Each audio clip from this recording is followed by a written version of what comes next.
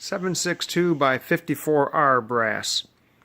I purchased a 100 pack of PPU brass and have been feeding out of that and keeping that once fired stuff separate. And then I had purchased a fair amount of their factory loaded stuff, and then I would keep that separate also. So these are all once fired in my Mosins. I did do a full length resize, just lightly though, because the chambers are pretty loose on the Mosins. And Lee does not sell a collet neck sizing die only for this caliber, so I just basically give it some neck tension and maybe a little more, doing some body sizing also using the RCBS dies that I have. So this was 162 pieces, and you can see the weight range here.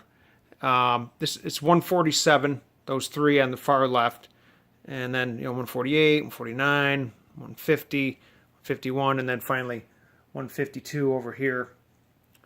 Now, for precision, I may load up a box of those 150s, keep those all together, or I might combine the 149, 150, and 151s and just have one great big batch.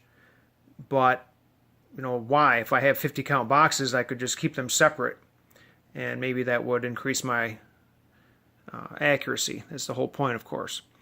Now say a small batch like this over here, I'm not going to throw those 148s into a big batch if I were to combine all of those, but I could use that set right there for load development.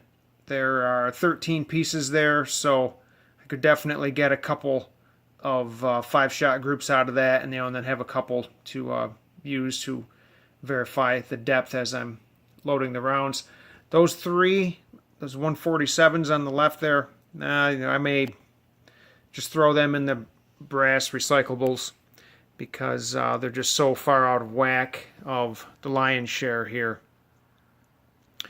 But yeah, so once fired PPU, just getting up some good brass here the hard way. I'm not even sure if Lapua sells 762 by 54R, but I'm not shooting it out of some precision rifle anyway. Of course, I do have one Mosin that's all dialed up. It does pretty damn good. But this is what we're going to work up here.